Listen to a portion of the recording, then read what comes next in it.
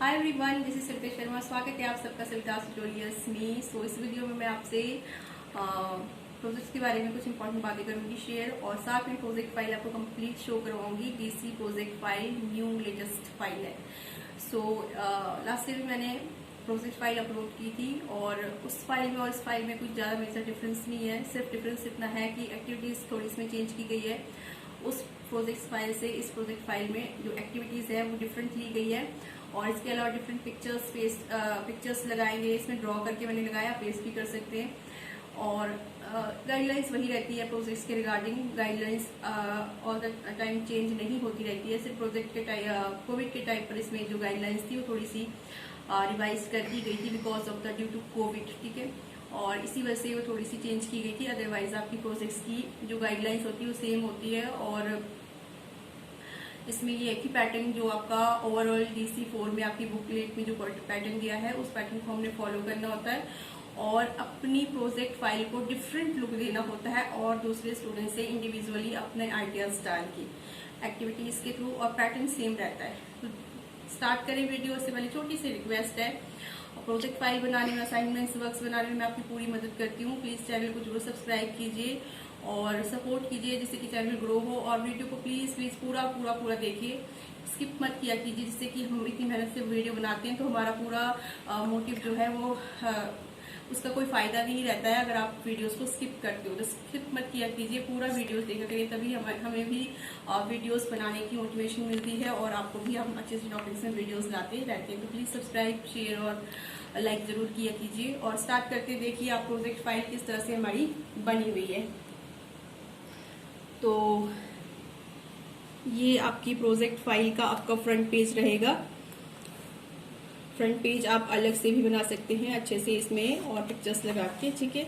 सबसे इम्पोर्टेंट है प्रोजेक्ट्स में नंबरिंग जरूर कीजिए। पूरी प्रोजेक्ट्स फाइल में आपने नंबरिंग करनी है, नंबर 1 नंबर 2 करके पूरी प्रोजेक्ट्स फाइल में कंप्लीट में नंबरिंग जरूर करना है। इट इज मस्ट, जरूरी है, क्योंकि अगर कुछ भी इससे इधर उधर होते हैं आपके पेजेस तो वो लोग कलेक्ट कर सकते हैं ओनली इसके बेस पर, नंबरिंग के बेस पर, ठीक है।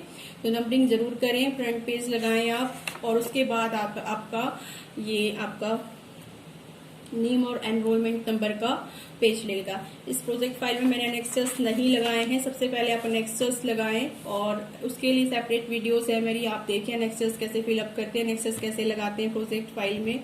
और एनेक्सर्स के बाद आपकी वीडियोस की लिंक भी लगाएं जरूर, एक पेज आप लिंक का लगाएं। और लास्ट ईयर के जितने भी प्रोजेक्ट्स मैंने बताए थे, जो भी गाइड किया था मैंने स्टूडेंट्स को, सभी के प्रोजेक्ट्स बहुत अच्छे से एक्सेप्ट हुए, सबको अच्छे मार्क्स मिले। सो जो भी मैं आपको बातें बता रही हूँ ये काफ़ी इंपॉर्टेंट है, और इनको आप फॉलो कीजिए, आपकी प्रोजेक्ट फाइल भी अच्छे से एक्सेप्ट होगी। और इस तरह से फिर आप नेम और एनरोलमेंट नंबर को केयरफुली अच्छे से ध्यान से लिखे, इसमें कोई भी मिस्टेक ना करें प्लीज़। और इस तरह से आपका फिर आएगा आपका विषय वस्तु की तालिका।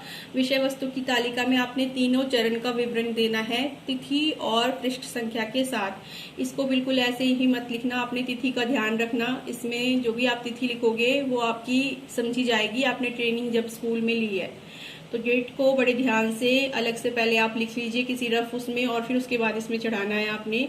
पहले ही चढ़ाने मत लग जाना आपने तिथि को, डेट्स को, ठीक है। डेट्स को बड़े केयरफुली आपने इसमें लगाना है कि 5 डेज आप कौन सी डेट लगा रहे हो जो प्रथम चरण की है, और दूसरे चरण में वो डेट्स लगानी जो आपने कंटिन्यू आप 30 एक्टिविटीज के 20 डेज लगेंगे आपके, तो 20 वर्किंग डेज होने चाहिए। इसमें एक इम्पॉर्टेंट बात ये भी मेरी सामने आई, जब बच्चे स्टूडेंट्स आस्क करते हैं, पूछते हैं कि कौन से डेज होने चाहिए इसमें, जैसे संडे वगैरह इंक्लूड होगा? नहीं, संडे इंक्लूड नहीं होता है, क्योंकि इसमें वर्किंग डेज क्लियरली लिखा हुआ है आपके प्रोजेक्ट्स के मैनुअल में कि वर्किंग डेज लेने, जो स्कूल में वर्किंग है वही डेज काउंट करनी है आपने, 20 डेज इसमें दूसरे चरण में, तो वो डेट्स आपने यहाँ पर डालनी है जिस भी मंथ में आप शुरू कर रहे हो।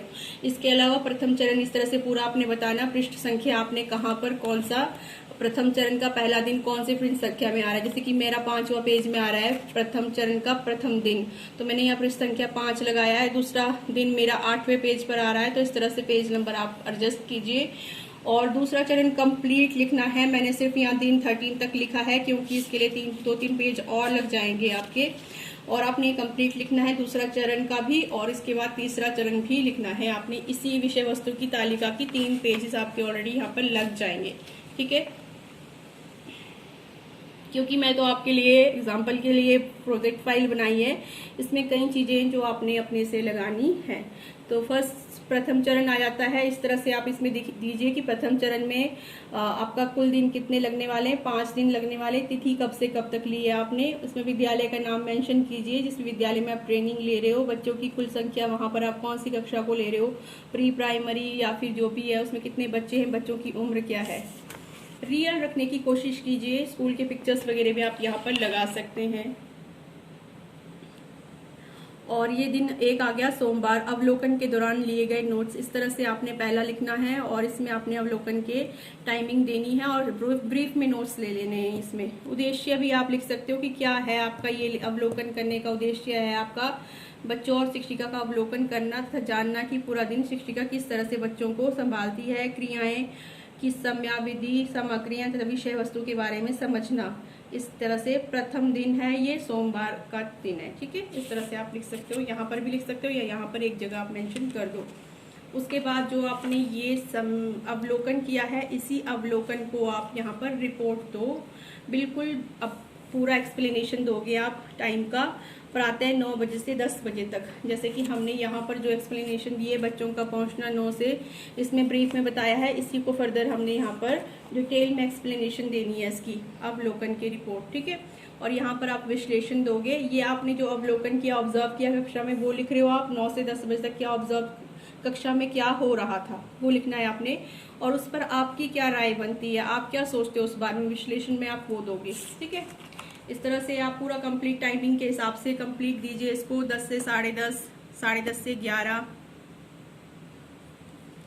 ठीक है, और इस तरह से कंप्लीट करके आप पूरा टाइम जब तक बच्चे जा रहे हैं,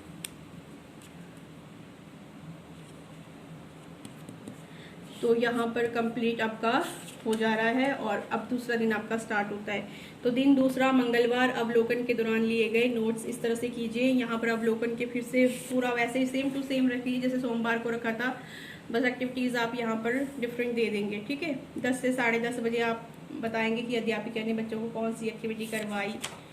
और सुबह का टाइम और लंच का टाइम तो सेम होता है, सभी बच्चे रोज का सेम रहता है। और बीच में एक्टिविटीज जो अध्यापिका करवाती है उसके बारे में आपने लिखना होता है। और इस तरह से लास्ट में निष्कर्ष भी दे सकते हैं आप। और इस तरह से फिर तीसरा दिन स्टार्ट हो जाता है। दिन तीसरा बुधवार दे दिया मैंने और यहाँ पर अवलोकन के नोट्स दे दिए, इनको इनकी रिपोर्ट्स दे दी पर्टिकुलर अलग अलग तरीके से। ठीक है, इस तरह से थोड़ा सा डिफरेंट लुक देके करें आप। मेरी पहली प्रोजेक्ट फाइल देखिएगा, उसमें बिल्कुल डिफरेंटली लिखा है मैंने यही सब चीजें। और अभी जो मैंने प्रोजेक्ट फाइल बनाई है इसमें मैंने बिल्कुल डिफरेंट तरीके से लुक देने की कोशिश की है, जबकि पैटर्न हमको सेम फॉलो करना होता है। पैटर्न को हम चेंज नहीं कर सकते। पैटर्न ये है कि हाँ अवलोकन लिखना और विश्लेषण देना है, ये सेम टू सेम रहेगा। यहाँ पर हम कुछ और नहीं कर सकते, बट एक्टिविटीज में हम डिफरेंट दे सकते हैं कि अध्यापिका किसी स्कूल में कुछ और करवाती है, किसी और स्कूल में कुछ और करवाती है, तो वो सब हम लिख सकते हैं। इस तरह से नेक्स्ट दिन बृहस्पतिवार और इसके भी लिख के आप शुक्रवार तक दे दीजिए 5 दिन का। आप बीच में भी कोई भी डेज ले सकते हैं। ठीक है, तो इस तरह से मैंने दे दिया 5 दिन का। अब आपका ये कंप्लीट होता है और दूसरा चरण यहाँ से स्टार्ट होता है। इसमें आप क्या कर रहे हो, बच्चों के साथ क्रिया सत्र आयोजित कर रहे हो खुद आप। ठीक है, तो क्रिया सत्र आयोजित करना है। आपने पहले तो आप अवलोकन कर रहे थे फर्स्ट फेज में, अब सेकंड फेज में क्या हो रहा है कि आप खुद एक्टिविटी करवा रहे हो बच्चों को, जिनकी आपने वीडियोस भी बनानी है। फर्स्ट फेज की वीडियोस नहीं बनती है, सेकंड की ही बनेगी। कुल दिन 20 हो गए, क्रियाएं 30 होगी। ठीक है, पहले 10 दिन एक एक क्रिया चलेगी और 11वें दिन से आपकी 2-2 क्रिया आएंगी। तो 11 दिन से 30 तक आपकी 10 दिन होते हैं, 20 तक 10 दिन होते हैं, क्रियाएं आपकी 20 हो जाएंगी। 20 और 10 30, इस तरह से 30 करके करना होता है जस्ट। ठीक है, दिन 1 क्रिया सत्र 1, क्रिया की योजना लिखना आपने पहले, विषय लिखना, क्रिया का लक्ष्य लिखना, विषय वस्तु लिखना आपने, और फिर क्रिया की रिपोर्ट्स देनी है, क्रिया सत्र की रिपोर्ट्स। ठीक है, इसी तरह से फिर दिन 2 क्रिया सत्र 2, क्रिया की योजना, क्रिया लक्ष्य, विषय वस्तु और क्रिया सत्र की रिपोर्ट। पिक्चर्स आप बहुत ज़्यादा पेस्ट करें, इसमें मैंने बहुत कम लिमिटेड पिक्चर्स पेस्ट किए। जो भी किया मैंने ड्रॉ करके थोड़ा बहुत दिखाया है, आपने इसमें बहुत सारे पिक्चर्स पेस्ट करने मार्केट से लाके जो भी एक्टिविटी करवा रहे हो उस एक्टिविटी से रिलेटेड आप एक पेज पिक्चर्स का लगा दीजिए। इससे आपकी जो परियोजना फाइल है वो बहुत बड़ी भी बन जाएगी। जैसे कि मेरी अगर 150 बनी है, आपकी 250 तक की पेज में बन जानी चाहिए, 200-250 तक की पेज में। तो इस तरह से दिन 3 क्रिया, सत्र 3 क्रिया की योजना, लक्ष्य, विषय वस्तु इस तरह से लिखिए आप। और इस तरह से पिक्चर्स वगैरह मैंने ड्रॉ करके दिए हैं, आप इसमें जो है पेस्ट भी कर सकते हैं, ड्रॉ भी कर सकते हैं। ठीक है, तो इसको मैं फॉरवर्ड करती हूँ। इस तरह से क्रिया सत्र 6, 7, 8 और इस तरह से आप लिखते जाएं क्रियाओं के बारे में, 9, 10 और फिर 11 से। अब 11 से क्या होगा, क्रिया सत्र 12 हो रही है यहाँ पर, दिन 11 क्रिया सत्र 12। ठीक है, यहाँ देखिए दिन 11 क्रिया सत्र 11, मतलब दिन 11 ही रह रहा है, क्रिया सत्र 11 आ रही है और दिन यहाँ पर 11 ही रह रहा है, क्रिया सत्र 12। 2 एक्टिविटी एक दिन में हो रही है, मतलब एक दिन में आपने बच्चों को 2 एक्टिविटियाँ करवानी है। दिन 12 आ रहा है और क्रिया सत्र आपकी 13 आ रही है, और दिन 12 आ रहा है और क्रिया सत्र 14 आ रही है। इस तरह से आपने कंप्लीट करना है। सामग्री वगैरह सब कुछ लिखिए, आप ड्रॉ करें। ठीक है, इस तरह से आपकी पूरी परियोजना फाइल बहुत सुंदर तरीके से बन जाएगी। बहुत अच्छी तरीके से इनोवेटिव इसमें स्केचेस लगा के अपने आइडियाज़ पुट करें और डिफरेंट बनाने की कोशिश करें। किसी की भी आपने कॉपी नहीं करनी है, कॉपी करने से आपका रिजेक्ट होने के चांसेस बहुत ज़्यादा बढ़ जाते हैं। प्रोजेक्ट फाइल से रिलेटेड बहुत सारी ऑलरेडी मेरे चैनल पे आपको वीडियोस मिल जाएगी, सभी टॉपिक्स पे। प्रोजेक्ट फाइल में आपने लिंक कैसे लगाना है और कैसे किस तरह से सब कुछ एक्सटर्स के बारे में सब कुछ की वीडियोस ऑलरेडी है। प्लीज़ उन वीडियोस को देखिए, बहुत मेहनत से वो वीडियोस बनाई है मैंने।